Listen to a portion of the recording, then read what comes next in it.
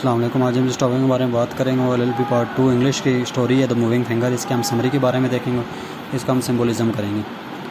The story moving finger is narrated by the अननेम narrator. ठीक है, अननेम narrator ने इसे नरेट किया है। रॉल्फ एक स्टोरी का करेक्टर है। Was controlled by the first wife, also controlled by the second Mr Grancy even death. ठीक है, उसने 2 शादियाँ की थी। एक रॉल्फ एक आदमी था, 2 शादियाँ उसने की थी। पहली वाइफ उससे पहली वाइफ उसे बहुत कंट्रोल में रखती थी। ठीक है, उससे कंट्रोल था। उसके ऊपर जो दूसरी वाइफ थी उसका भी उसके ऊपर कंट्रोल था।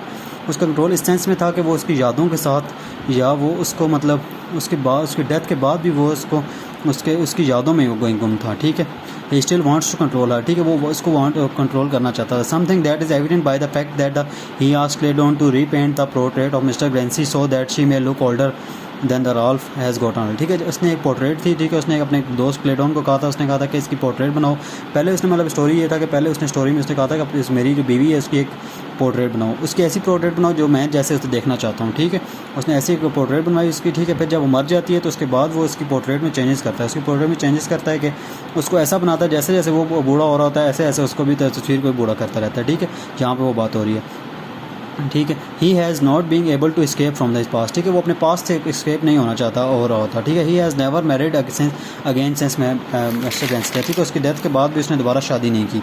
There is a sense that Ralph has lived lonely life. ठीक है, उसने रॉल्फ ने अब सारी ज़िंदगी अकेले गुजारी। ठीक है, just as a Ralph loved Mr Grancy so did Claydon. ठीक है, रॉल्फ भी ऐसे ही, क्लेडोन भी उसको ऐसे ही लव करता था।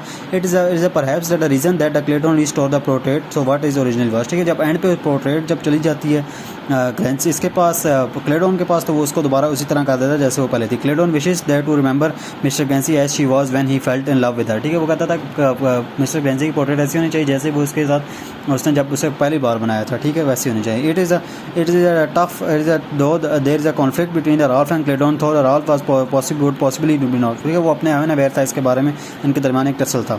There is also some symbols there is a symbolic significance in the story which is important. Not only does the portrait of Mr. Gansi symbolize love for both Ralph and Cledon, but it also symbolized man's obsession with the women. ठीक है, वो मैं लोगों के मर्दों की जो dominance है वो भी शो करती है। And how man like to control women. ठीक है, जैसे लोग अपने जो बीवियाँ या औरतें उनको कैसे कंट्रोल करना। The fact that Ralph has married twice may also have some significance as narrator could be using the fact that Ralph has married twice to highlight Ralph needed to connect each other person। ठीक है, वो कहता है कि Ralph ने 2 बार शादी की, Ralph दूसरे पर्सन का कनेक्ट होना चाहता था। Though some critics might suggest that Claydon self absorb. ठीक है, वो कहता है कि क्लेडोन जो सेल्फ एब्जॉर्ब था।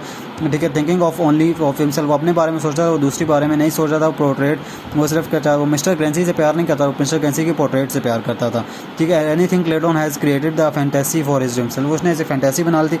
Just a man is a general control to women that the time of the story was run. ठीक है, जब वो सिर्फ बताना चाह रहे हैं कि तब लोगों का था उसमें, तब कैसे लोग कंट्रोल करते थे वुमन को। इस बार इसके सिंबलिज्म की जब बात करेंगे तो इसमें the main symbol in the story is portrait. ठीक है, इसमें एक ही सिंबल है स्टोरी में। It symbolise how male gaze objective beauty of woman. ठीक है, कैसे वो उनकी ब्यूटी को देखते हैं। All the males valued her beauty. ठीक है, सारे जो लोग थे उसकी ब्यूटी को वैल्यू करते थे। They want to see her as they want. ठीक है, as they want, not as they want they she was in the story. ठीक है, ऐसे नहीं थे जैसे वो जो उसको देखना चाहते थे वो जैसी थी वैसे नहीं, वैसे वो उसको देखना चाहते थे वो उसको ऐसे ही देखते। Mr Grancy asked a Claydon to make a portrait of Mrs Grancy as he want to see Mrs Grancy Mr. ठीक है, वो क्या करता है कि क्लेडोन को उसने कहा कि ऐसा इसकी पिक्चर बनाओ जैसा मैं इसको देखना चाहता हूँ। ठीक है, Mr Grancy prefer to see the portrait rather than to see Mr Grancy in real life. ठीक है, मिस्टर ग्रेंसी को असल में नहीं देखना चाहता था पर उसने पिक्चर को ज़्यादा वो लाइक करता था। The portrait symbolise the man obsession. ठीक है, वो पहले man obey to women that man want to control women as in the story Mr Grancy change the portrait Mr Grancy according to the Mrs Grancy according to is on age after the death. ठीक है, उसकी death के बाद उसने जैसे वो अपने देखता है इसमें मैन ओबेशन शो हो रहा है। ठीक है, जैसे उसकी पोर्ट्रेट चेंज करता है अपनी एज के साथ। After that Claydon took that portrait and said she belongs to me. ठीक है, उसके बाद उसने क्लेडोन ने उसको अपनी मलकियत बना ली। Which shows capturing of the women by the man in of the society of that society. ठीक है, उस सोसाइटी की portrait symbolise the selfishness of society. ठीक है, सेल्फिशनेस भी शो कर रही है। Selfish society that the society people ignore the inner beauty उन्होंने मिस्टर ग्रेंसी की इग्नोर कर दी। और no one know the inner feelings of Mrs Grancy only they want to enjoy the apparent beauty. जो उनकी अपरेंट ब्यूटी जिसको सिर्फ उसकी वो एंजॉय कर रहे थे लोग, वो सिर्फ वो उसकी अपरेंट ब्यूटी चाहते थे। मतलब ओवरऑल ये एक सेल्फिशनेस का थीम दे रही है ये जो इसका देखिए सिम्बोलिज़म भी आ सकता है, इसका थीम भी आ सकता है। थीम भी सेल्फलेसनेस है, मतलब लोगों के जैसे मैन के वो सोसाइटी के बारे में है कि लोग कैसे उस सोसाइटी में वो सोसाइटी के लोग कैसे थे, उस सोसाइटी के लोग मतलब लोगों की इनर ब्यूटी को नहीं अपर ब्यूटी को देखते थे।